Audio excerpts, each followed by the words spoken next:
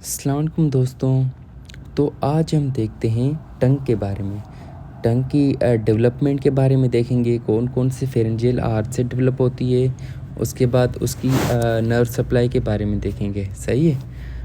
Basically टंग को हम पढ़ने के लिए टंग को हम 2 से 3 पार्ट में हम डिवाइड करते हैं। सही है। सबसे पहले एंटीरियर 2/3 पार्ट, जो ज़्यादा बड़ा वाला होता है, एंटीरियर 2/3।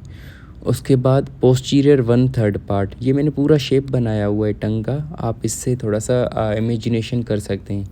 उसके बाद पोस्टीरियर 1/3 के बाद बिल्कुल जो पोस्टीरियरली होता है ना, उसको एक्सट्रीम पोस्टीरियर पार्ट हम रखते हैं। सही है। अब हम देखते हैं डेवलपमेंट कौन कौन से फेरेंजियल आर्ट से होती है। फर्स्ट फेरेंजियल आर्ट से डेवलप होती है anterior 2/3। Anterior 2/3 part of the tongue first pharyngeal arch से डेवलप होता है। सेकंड फेरेंजियल आर्च जो होता है वो डिजनरेट हो जाता है। सही है। पोस्टीरियर 1/3 पार्ट थर्ड और फोर्थ फेरेंजियल आर्च से डेवलप होता है। ठीक है, ये आप याद रखिएगा, बिल्कुल आसान सा है। सेकंड तो डिजनरेट हो जाता है, पहले आएंगे फर्स्ट पे। एंटीरियर 2/3 जो है फर्स्ट से डेवलप होता है।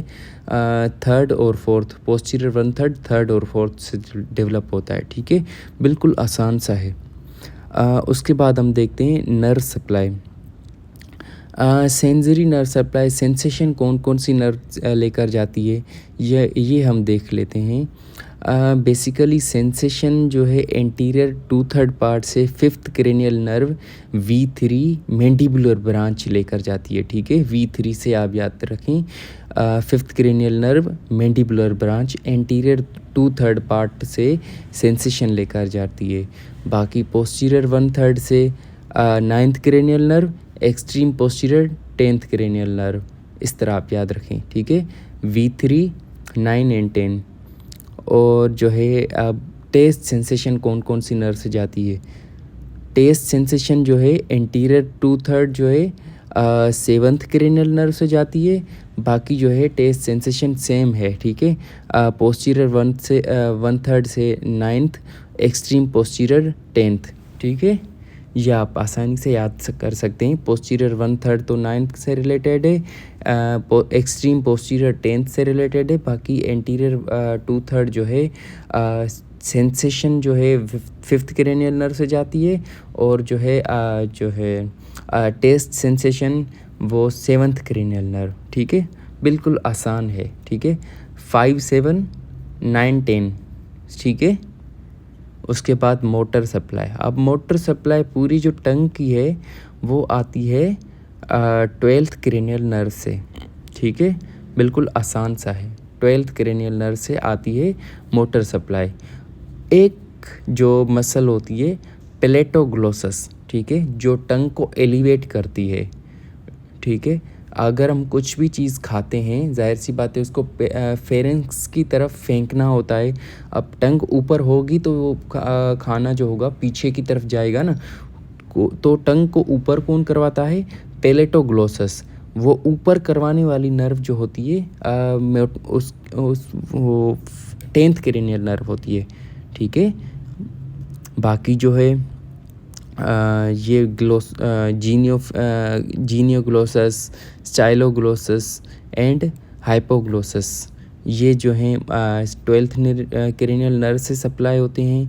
जीनियोग्लोसस क्या करवाती है, टंग को बाहर की तरफ करवाती है। हाइपोग्लोसस जो है अंदर की तरफ करवाती है। स्टाइलोग्लोसस साइड से एलिवेट होती हैं टंग की, और जो है पैलेटोग्लोसस बीच में से एलिवेट होती है ड्यूरिंग स्वेलिंग। बिल्कुल आसान है। ठीक है, इसका एक निमोनिक भी होता है, जीनी कम्स आउट। जीनी कम्स आउट मतलब जीनी कौन है, मसल है। जीनियोग्लोसस कम्स आउट, बाहर की तरफ आ रहा है। ठीक है, बाहर की तरफ आ रहा है जीनियोग्लोसस इन स्टाइल। ठीक है, स्टाइल से मतलब स्टाइल से जो है स्टाइलोग्लोसस साइड को एलिवेट करवाती हैं। बाकी हाइपोग्लोसस रही वो टंग को रिट्रैक्ट करवाती है।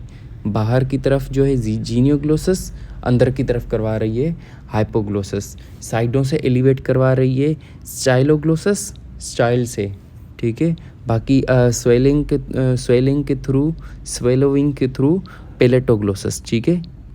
ज़ाहिर सी बात है, पेलेट से जाके लगेगी टंग तो उसको पेलेट नाम रखेंगे। अगर साइड से एलिवेट करेंगे तो स्टाइल से होगा, ठीक है। साइड से स्टाइल से होगा, उसको स्टाइलोग्लोसस करवाएगी, ठीक है। बाकी जो है जीनी कम्स आउट, जीनी जो है बाहर आ रहा है, ठीक है।